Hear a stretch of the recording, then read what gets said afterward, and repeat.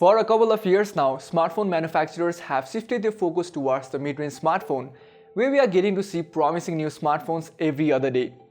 Most of these smartphones claim to excel at something they house. And that is exactly what the Gionee S11 Lite is doing. Launched a while back for the price of Rs 26,000, the device claims to pack in a lot of features, with its camera being the user selling point. So will this phone be able to leave a mark on the nearly saturated mid-range market? Let's find out in this review. Let's start with the design and build. One of the highlights of Gionee S11 Lite is its stunning design. I mean, just look at it. Gionee sure has nailed the looks of the device. However, back is prone to attract fingerprints, and that too a lot. And while using the phone, material on the back flexes sometimes. This device is made of plastic, so for what it's worth, I think it should have been clocked with a metallic back. And Gionee, if you really had to opt for plastic, you could have at least included a sturdy one. So to sum it up, just look at this phone. Although it looks attractive, it doesn't feel premium. All the other phones in this price range feels premium with a metallic jacket. Up top, there is a 5.7-inch display that comes with an 18:9 aspect ratio. This is a plus for someone looking for a trendy smartphone. Although the decreased bezels are still not that minimal. This display has SD resolution and you can experience the lack of sharpness and saturation, something that you can find in a full SD panel. Take the competition for example, smartphones like the Xiaomi Mi A1 and the Huawei Y9 2018 are both cheaper compared to the S11 Lite, and yet they offer a full HD crisp display. We are at a time where mid-range devices nails almost every aspect of a smartphone. And then there is Gionee, which comes up with a 26,000 rupees phone and adds a 720p display to it. It sure is disappointing, right? However, the display is bright enough and it does well under bright light settings. Plus, I really like the inclusion of the Smart Eye Protection mode, which helps to filter out blue light to protect from visual fatigue. You can adjust the setting of the Smart Eye mode as per your desire. The volume rockers and the power buttons are easily felt and it is tactile, but the plastic tends to feel cheaper sometimes. The speaker at the bottom is pretty loud and clear but gets muffled at times. On the back sits a fingerprint scanner that is, well, see it for yourself. Yes, it is that fast. The Gionee S11 Lite has one of the fastest fingerprint sensor I have seen on a smartphone. The unlocking is quick and you can count on it at all times. And this scanner also helps to unlock applications and capture pictures with ease.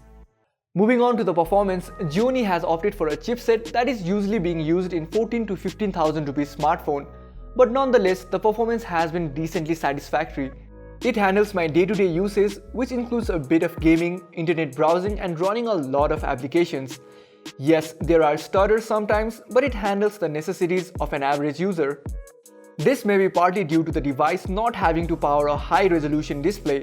Oh, and it tends to warm up only a little bit after a long session of gaming and heavy usage. On the benchmark side of things, the Gionee S11 Lite is one of the average smartphones in the market. Again, comparing it with some of the other mid-range smartphones, you can see the differences in the benchmark scores. As for the software, the phone is running on Android 7.0 Nougat with iOS like Amigo UI on top.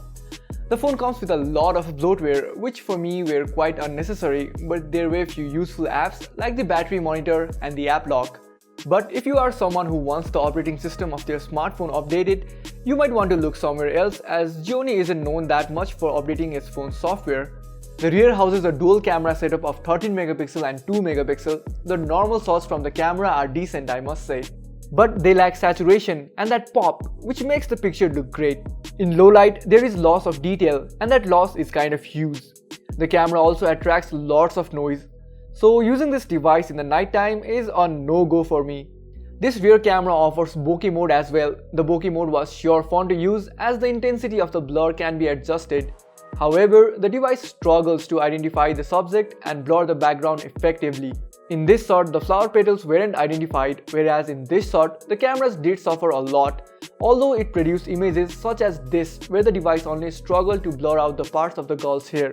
Gionee S11 Lite houses a 3030 mAh battery, but doesn't offer any kind of fast charging, which is a bummer, as it took around 2.5 hours to completely charge the device. Under heavy usage, the phone gave around 5 hours of screen on time, but the standby time of the device is kind of weird.